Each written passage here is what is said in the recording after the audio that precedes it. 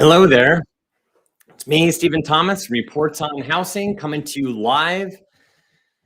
And geez, just a happy Thursday. Sorry this was a little bit late. I was speaking in Ontario, and just a whirlwind tour of a day.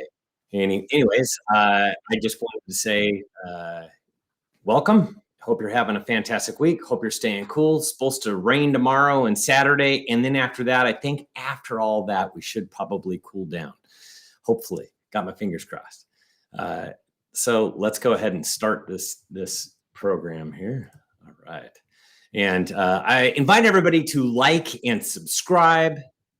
And please go to youtube.com/reports on housing. So we're at Reports on Housing on YouTube. Please subscribe, like the channel. The more subscriptions and the more likes that I get, the YouTube algorithms like this, and we can get this in front of a lot of people and spread some truth. Now, here's some just a funny, really quick slide. Lord, whatever you're baking outside, it's done. And that's California. California is just absolutely crazy nutty. It is super duper hot right now, 100-degree weather for the past week, and it doesn't cool down at night. And it's like we had a really mild summer, so it was our turn. So please, Lord, whatever you're baking outside, it's done. Past me, the hot cookies that just came out of my oven. So anyways, will prices plunge like the Great Recession? That's the big question, because I get it all the time that people expect prices to plunge based upon everything they're seeing out there. And I'm going to talk about a story called The Three Little Pigs. And we're just going to really focus on two of the pigs. The Great Recession, that is the house that was made out of straw. It wasn't even made out of sticks. That thing was awful. Everybody participated. It was the whole entire real estate industry. It was the whole entire, it was all of Wall Street, and it was international funds. Everybody participated in blowing up not only the housing market, but the whole entire economy here and abroad. So it was really, really deep. And we're going to talk about today's housing stock, which is extremely strong. In 2022, where it stands right now, we don't have a lot of vulnerable homeowners. We have the strongest housing stock that I've seen since I started tracking housing back in 1991. This is the housing stock that's made out of bricks. So that's what all the collective houses across the United States, that's how I see it. I see it as very, very sturdy. Does it mean that prices can't go down? Absolutely not. But it does mean it's insulated from huge plunges, from big drops. There's a real stickiness to homeowners. You can see now that the tight home sales inventory is what we have today. But back in prior even to the Great Recession started, we saw this thing occurring back in 2005. And it went, we had nearly 4 million homes across the United States. And that was way too many homes. You match that up against similar demand. We actually have demand that's a little bit better than 2007, but it's not that strong, because interest rates have come up so much that it has made things unaffordable. So really, we're matching it up against very, very low demand. So when you have that much supply, a glut of homes, and very, very low demand, it really, really favors buyers when it comes to negotiations, and prices just absolutely plunged. And today we have very, very few homes on the market, and it stayed really low. We have more homes than we did last year, but we still, across the United States, don't have as many homes as we did in 2020. When we first started this pandemic at this time period. So we actually have fewer homes on the market across the United States than 2020, September of 2020. So it's not as low as where it was last year, but it's definitely lower than 2020 and all the years prior. You can see how all those years lined up over here, right above the house made of bricks. This was 2012 through 2019, and you can see slowly but surely the inventory was depleting and falling. Now, the active inventory is totally made right now out of bricks, and I can demonstrate for you because I just showed you where we were in terms of across the country, but this is Southern California. On September 1st, we had 30,331. And back in 2006 and 2007, we had over 100,000 homes on the market. There were 3% on September 1st, that was last Thursday. The inventory actually dropped by 804 homes, which means we've already established a peak back in August and it's starting to go down. And so the peak has been established. Last year, we were at 19,895. So yes, lower, only less than 20,000 homes in all of Southern California. That was awful, 34% less than where we are today. But that across the country, you can see that we're doing something different in Southern California. There are actually more homes than 2020 for Southern California, but it is starting to diminish from here. But I do want to point something out. This is not every market. There's still markets like Orange County and San Diego that are less than where they were in 2020. So, but overall, when you add in, I think San Bernardino is very close to where they were almost in 2019, 2018, and they're bringing up the curve and they're making it so that it goes above the 2020 number. And the 3-year average prior to COVID, that was 2017, 18, and 19. There was about 41,000 homes on the market. That's 35% higher than where we are. Almost, over 10,500 homes extra that we would need just to get where we were prior to COVID. And today we're at 30,137. So it's come down a little bit in the last week, down 1%. And this is where we typically peak. I thought we were going to peak later, but like I talked about last week, we have way too few there are not enough homes coming on the market. And as a result, with fewer homes coming on the market, we've already peaked and it's starting to go down. If we had the same number of homes that were coming on from 2017 to 2019 and all years even prior to 2017, we would continue to increase inventory and not peak until October or November. But due to the fact that fewer homes are coming on the market because they don't have to, let's face it, there aren't people that are in desperate situations that have to sell. That's the big difference between the Great Recession and where we are today. And I'll demonstrate that in a second. So where are we going to go from here? Slowly but surely down until we hit the holidays, and then it's going to plunge from there. Demand is like inherent demand. This is where we get, on September 1st, we had 12,550. It actually went down 32 pending sales for all of Southern California. This is a snapshot. Demand is the last 30 days worth of pending sales. And on September 1st, it was 12,550, so it didn't really change much. It went down a little bit. But I want to tell you, that level, that is very, very similar to some Great Recession levels that we had, 2009, 2008, 2009, 2010. We had demand that was down, and then demand would be juiced a little bit. We had these first-time home buyer tax credit programs that the government put together. Last year, we were at 18,279 at this time period, so 46% more, an extra 5,700 pending sales. So yes, we are muted.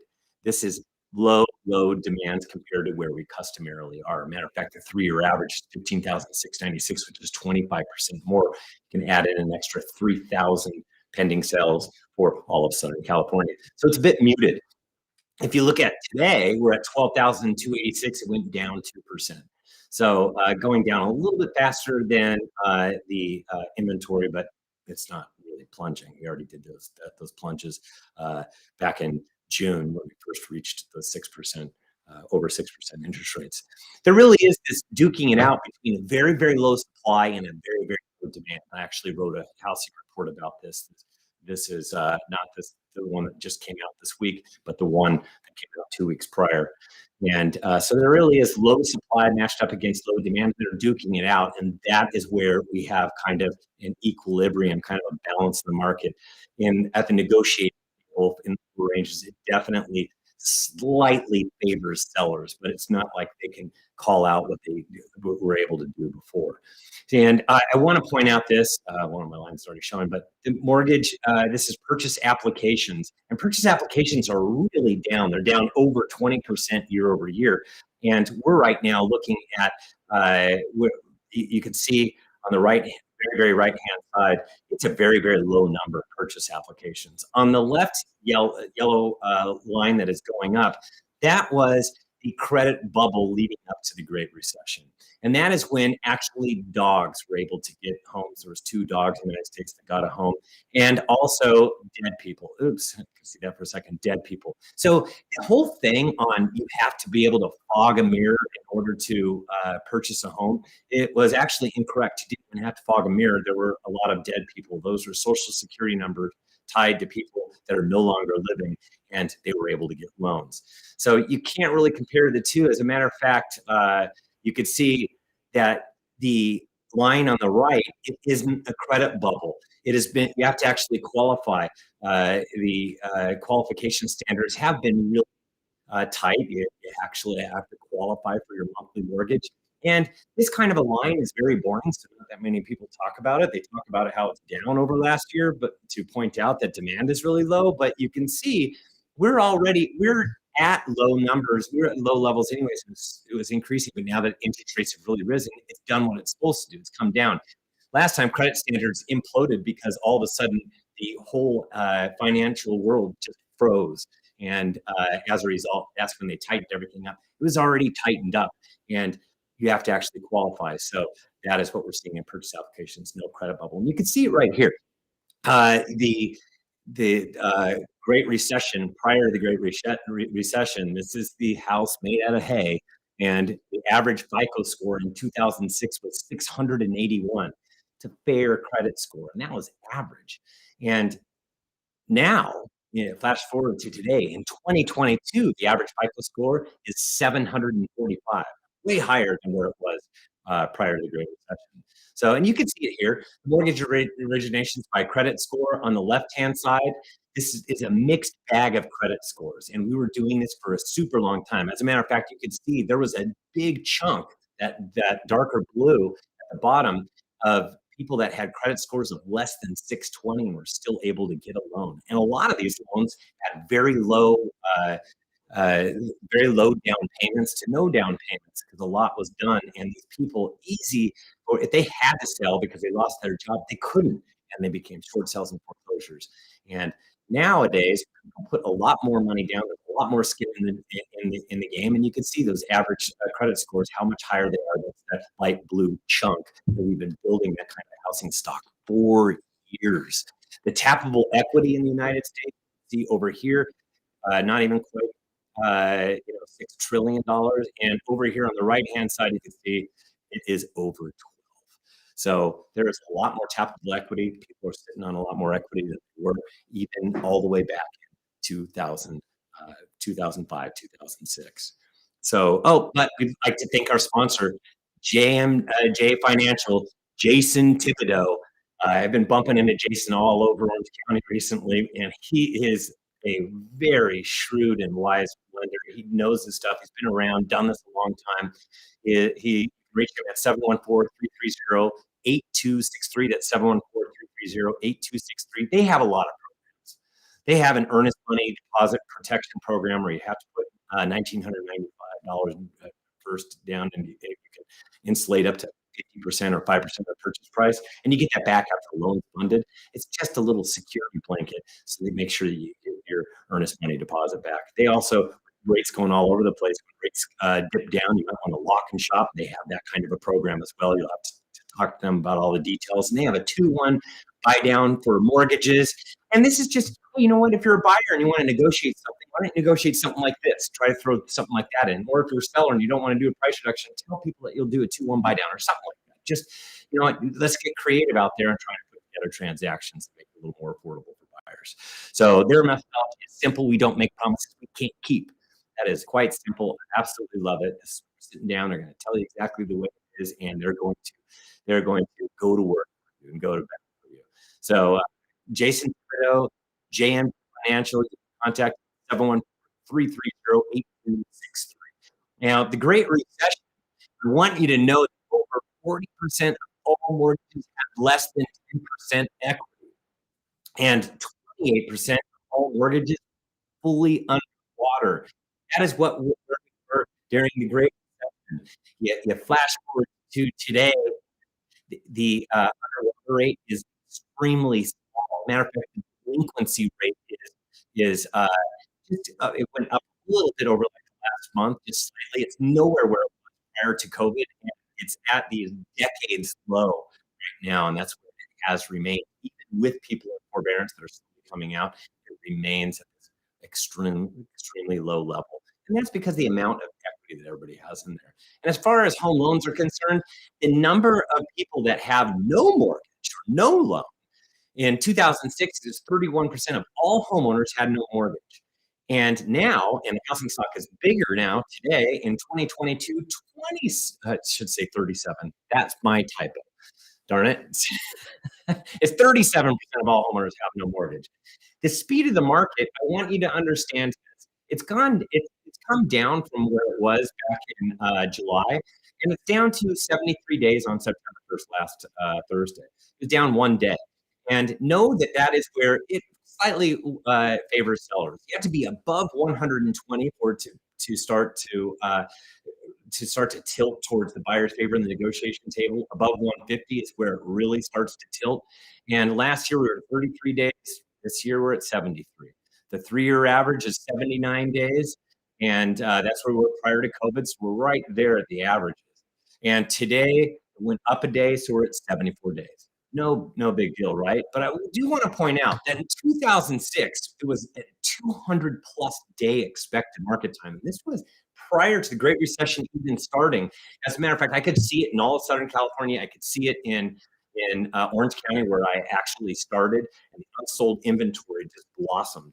And a matter of fact, when it got to 2007, we were reaching in many markets above a 400-day expected market time, and that's why values just plunged. We're right now sitting at 73 days, so not over a year. And one last thing, and you can see how I've arrived at this. I actually wrote a report about this. One of the last things I wanted to point out, this is the full list of everything, but it's lowered or no down payments were common versus large down payments were extremely common for the last several years. So 500, and at the very, very bottom, there's one that I wanted to point out. That's the number of BKs that were happening per quarter prior to the Great Recession. This was going on for quite some time. It was 574,000 average number of BKs per quarter. The first quarter of 2022, 91,000. Fewer BKs. It's just a much stronger situation for all the homeowners collectively versus where we are compared to prior to the Great Recession and during the Great Recession. You want a copy of this? You need to be a subscriber, and go to reportsonhousing.com, click on subscribe, and we have reports about all over Southern California. Still working on that Bay Area. The subscription is $15 per month or $150 per year. You get the first month free if you utilize the coupon code PRICE. And this was the one, if you're somebody in Riverside, this is the one you get low supply versus low demand. The one that just came out this week for Orange County, LA, and San Diego is called Slight Seller's Market. And I explain what that means. And we have a free content section at reportsonhousing.com. I invite you to go there. And that's all I have. So I wanted to keep it nice and brief. And I do have special guests that are right around the corner. So let's. Are they? Where am I? Here we go. Ta-da! My first special guest. You haven't seen him in a while because he's been busy doing his homework. Who are you? Mason Thomas. If you don't know who this is Mason Thomas. Mm-hmm. How are you doing? Pretty good. Was it a little hot? Really hot. It was really hot. I know, it's awful. So I have one other special guest. Do you have any words of wisdom? Still wearing your... subscribe to my dad. Oh, that's smart. That's a good, wise little boy there. Who else do we have? Up. Who is it? It is... Athena. So Zeke's still at Montessori, so I just have the two kids here, but fantastic. Say hello to the masses. Equal pride, that's right. Use the coupon code PRICE to subscribe. Hey, Brian, and I just we are same. All righty. Anyway, everybody have a fantastic finish to your week. Have a fantastic weekend, and we will see you on the other side. Bye. Thank you so much. Bye. Bye.